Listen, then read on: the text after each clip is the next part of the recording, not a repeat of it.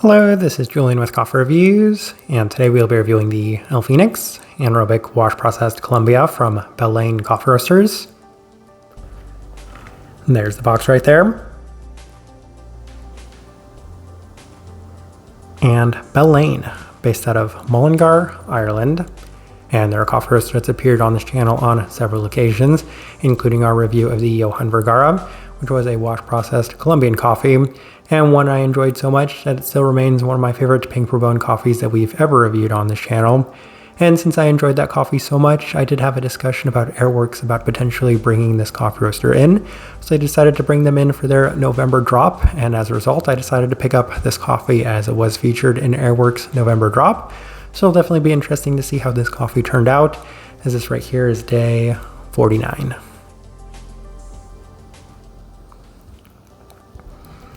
And recipe we went with for this coffee was our standard recipe, a 16:1 water to coffee ratio, brewed at 96 degrees Celsius, about 205 degrees Fahrenheit. And I like this one best through the V60, which indicates a more medium fine grind.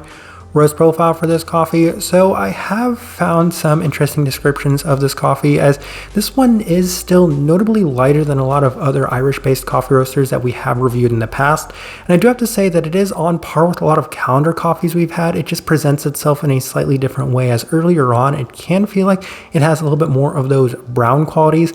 But outside of that, once this coffee does settle a little bit, you can definitely tell that it is reminiscent of a lot of those coffees as well, as it does have a lighter feel to it, and in addition to that, it has a notable bit of intensity.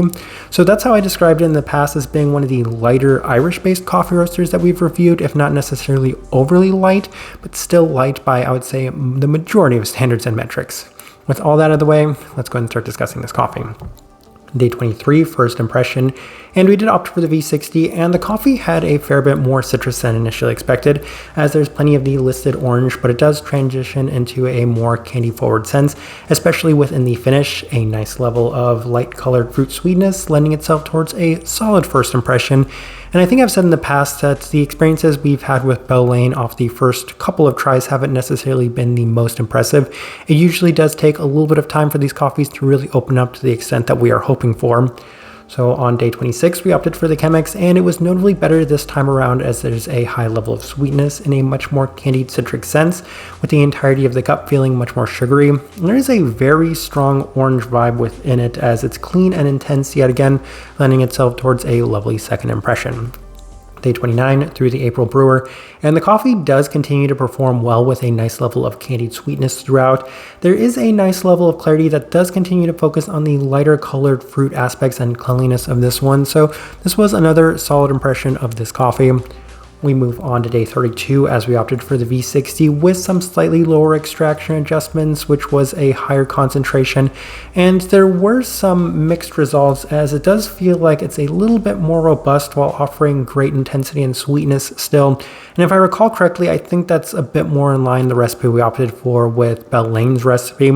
A bit less of the lighter colored fruit aspects and a little bit more of that brown candied sweetness, which I think is what a lot of people allude to when they discuss this, the brown quality of this coffee. Day 35 through the Chemex with the same adjustments, and it's a standout day, as this coffee is offering a wild orange vibe to it. One of the most orange forward experiences we've had, as it's reminiscent of the Jose Caro from Say, which was a very wild orange soda themed coffee.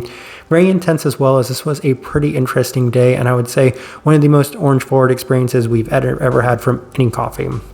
Day 38 through the V60 with our standard recipe, and it's still wildly orange, but slightly less so relative to the previous day, as it's offering a slightly more robust quality that was presented in the same way it had been on some of the earlier days. Still a nice bit of sweetness and intensity, but not quite as well defined this time around. Day 41 through the Chemex with our standard recipe, and it does seem to perform just a slight bit better in the V60, as there's still that strong orange intensity in the intermediary, but it does lose a little bit of its definition this time around, as I would say this coffee was just slightly inconsistent, as there were times I was brewing it and I found that the very intense orange feel was very prominent, but there were also times where I said this coffee is fleeting and it's a little bit less defined and consistent overall. A slight bit more robustness to this one as well. And on day 44, we opted for the V60 with our standard recipe, and the coffee is nice, but once again, as mentioned, slightly inconsistent. The intermediary does offer that strong orange feel and candied sweetness, but by the listed peach is also presented in a subtle sense, intense and sweet with a lingering brown candy aspect and a slightly herbal sense to give it that orange soda-like feel. All right, let's go ahead and put up the tasting wheel so you can see what we're getting. And we have a handful of level 4s, so let's go through those, and we'll start with the cleanliness level 4. And even though this one is an anaerobic wash processed coffee, it certainly wasn't hindered by the processing of it, as it definitely still presented itself in a pretty clean and defined sense. There wasn't any sort of funkiness or fermentiness that really could have taken away from that overall experience, so level 4 is where we opted to put it. Finish, level 4, and the finish I would say is a little bit more interesting as it was presented in a slightly herbal spiced quality, and that's what I continued to mention when discussing this orange soda-like feel, as it did give a lot of the similar characteristics to what we had from that Jose Caro, which was a pretty herbal coffee in itself as well. It just gives this coffee that slightly more orange soda-like feel to it, especially presented within that finish. Sweetness, level 4. This is a pretty sweet coffee, and that's usually been the experiences we've had with this coffee roaster, as I feel like they roast in a sense that does seem to accentuate a lot of these sweeter qualities, especially given that it was presented in both a candied sense as well as a little bit more of that fruit-like sense. And what is kind of interesting to me is I think that this is the coffee that they have a shortcake note listed on here, and I can kind of see that, though I wasn't necessarily picking that specific detail up from this coffee at any point. I would say it's skewed a lot more on the candied and orange sort of lighter fruit side of things for the majority of the time. Citrus fruit, level 4. I feel like that one's pretty self-explanatory. I mentioned a very strong orange feel to this coffee, and that was presented throughout the entirety of it, so level 4 is where we opted to put that. Handful of level 3s. We'll start with the acidity, level 3. Not necessarily the brightest coffee, even with that very strong citric quality that was presented within it, but I mentioned that that was a bit more of a candied or even sugary citric quality as opposed to a more bright or intense in that specific vibrant sense sort of coffee. Plurality, level 3. I don't necessarily think I have too much to add to that, given that this coffee was presenting itself in a slightly herbal, slightly spiced feel. It did present a little bit more of a floral depth to it as well, so level 3 is where we opted to put that. Stone fruit, level 3. I believe one of the notes they have listed on here is peach, and it's a little unfortunate that I couldn't get more of the peachiness from this coffee. I feel like the vast majority of coffees that we've actually picked up from this coffee roaster has had some sort of peach note listed on there, but given that Johann Vergara had such a prominent and defined peachiness to it, anything that may not necessarily come close to that same extent isn't going to be quite as enjoyable, so level 3 where we opted to put that. Caramel, level 3. As mentioned, I've heard some people describe this coffee as being brown, and I definitely see it presented in that brown sense, but much more in a candied-like sense. So a fair bit of that caramel-like aspect to it. And I think when we looked back and found out which roasting machine Bell Lane was using, it made a lot of sense, because that's usually a lot of the experiences we get from I believe they use the Gießen. So it made a lot of sense in that regard.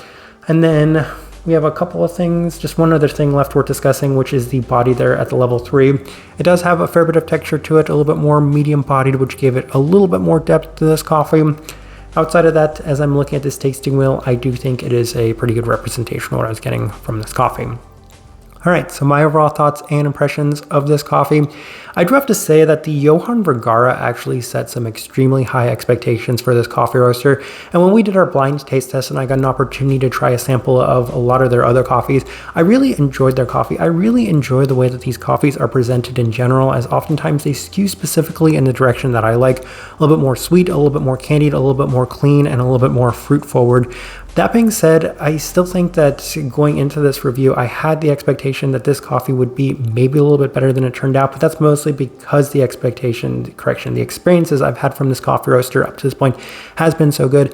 And I do have to say that I enjoyed this coffee a lot for what it was, given that it reminded me so much of the Jose Caro, which was one of my favorite coffees that we've actually, I have to say it's probably my favorite Chiroso coffee that we've ever reviewed, and one of the better coffees I've reviewed from, say, over the last couple of years.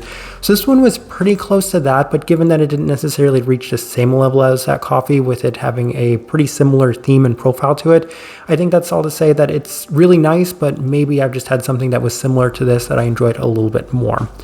Type of person I would suggest this coffee to. If you do enjoy those very strong, lighter colored fruit feels, then this one's a great one for you, especially if you enjoy them presented in a much more sugary sense, as I do.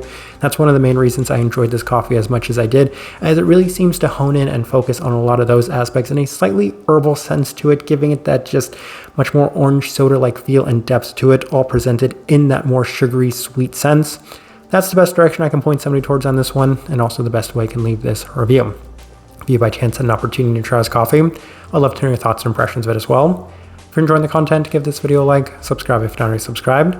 This right here has been a review of the Fenix Anaerobic Wash Processed Colombia from Bell Lane Coffee Roasters. Thank you for watching.